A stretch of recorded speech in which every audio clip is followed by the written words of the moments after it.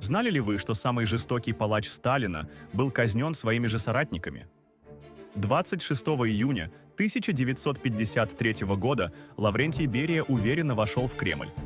Он ожидал обычное заседание Политбюро.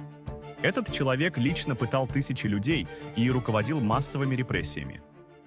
Но Хрущев уже подготовил секретный план его ареста. Когда Берия понял, что происходит, было уже поздно.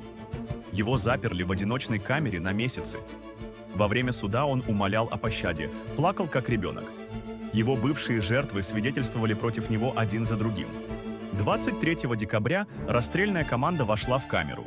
Берия кричал и сопротивлялся до последней секунды.